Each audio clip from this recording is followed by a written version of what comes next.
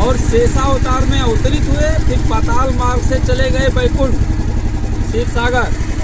अब उसके बाद जो है कुछ दिन ऐसे बीता तो रामचंद्र जी बहुत चुप चुप गुमगुम से रहने लगे।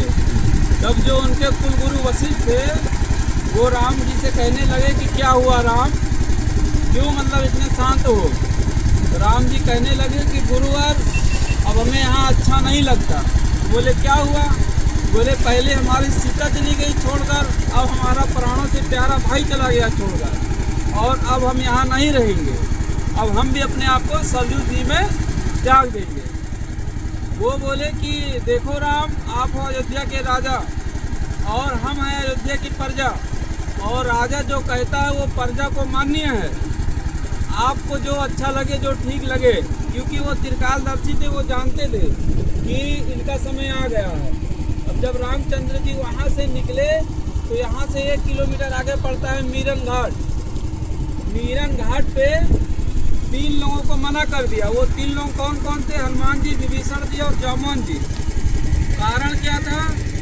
हनुमान जी जो हैं वो चिरंजीवी है, सीता जी ने उन्हें चिरंजीवी का वरदान दिया था।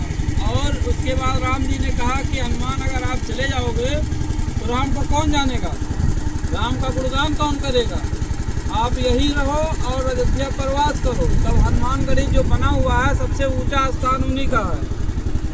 फिर हनुमान जी वहाँ चले गए। और फिर उसके बाद जो है विभीषण जी बोले प्रभु हमारे लिए क्या आज्ञा है। वो बोले विभीषण जी हम आपसे वचनबद्ध हैं। वो बोले वो कैसे?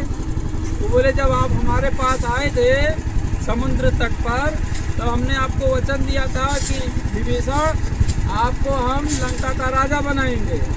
अब समय आ गया है, आप जाइए लंका और लंका पर राज करिए और भगवान जगन्नाथ की आप पूजा करिए, वहीं से आपको मोक्ष मिलेगा। फिर उसके बाद जामवन जी बोले प्रभु हमें क्यों मना कर रहे हैं, हम तो सबसे वृद्ध व्यक्ति हैं। जामवन जी को कहा गया कि जामवन जी अभी आपका समय नहीं आया है, अभी आपको 1 युग तक प्रतीक्षा करनी पड़ेगी। बोले 1 युग तक? बोले हाँ, द्वापर युग। और हम जब कृष्णावतार में अवतरित होंगे तब आपको मोक्ष मिलेगा, आपके लिए कुछ कार्य शेष है, आप जाइए पहाड़ों पर वास करिए। जामवन जी चले गए। अब जब पीछे मुड़ के देखे तो उनके पीछे अयोध्या की समस्त जनता आई थी। कारण क्या था? जब रामचंद्र जी वहाँ से निकलने लगे तब जो अयोध्या की जनता थी उन्हें कहीं ना कहीं ये पता चला कि स्वयं राजा राम के रूप में स्वयं भगवान विष्णु हमारे साथ थे, और हम लोग मूर्ख थे, अज्ञानी थे कि हम लोगों को पता ही नहीं क्या क्या कहते रहे उन्हें। अब जब स्वयं भगवान ही नहीं हमारे साथ तो हम लोग यहाँ रहकर करेंगे क्या? अब हम लोग भी यहाँ से चल दिखे हैं, उनके पीछे पीछे चले आए। अब जब रामचंद्र जी देखे तो वो विचलित हो गए। वो कहने लगे कि अब ये जाएंगे कहाँ।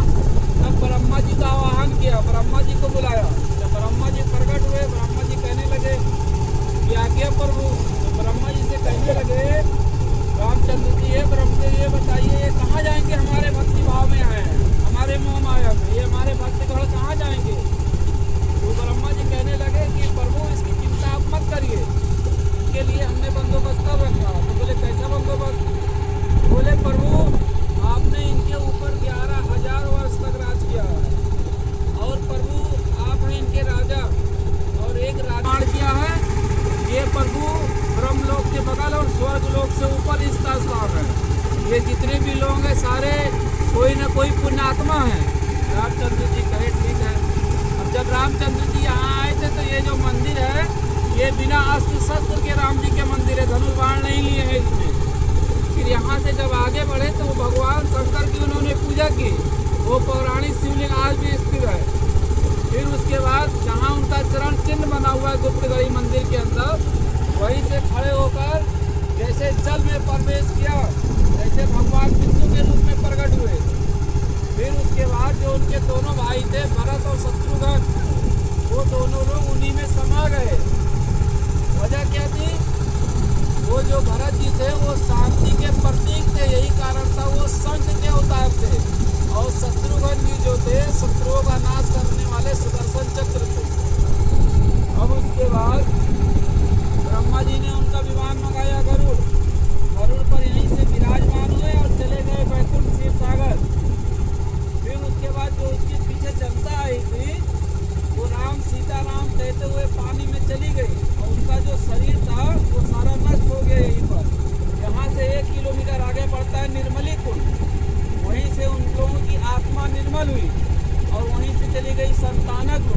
ये यहाँ की विशेषता है।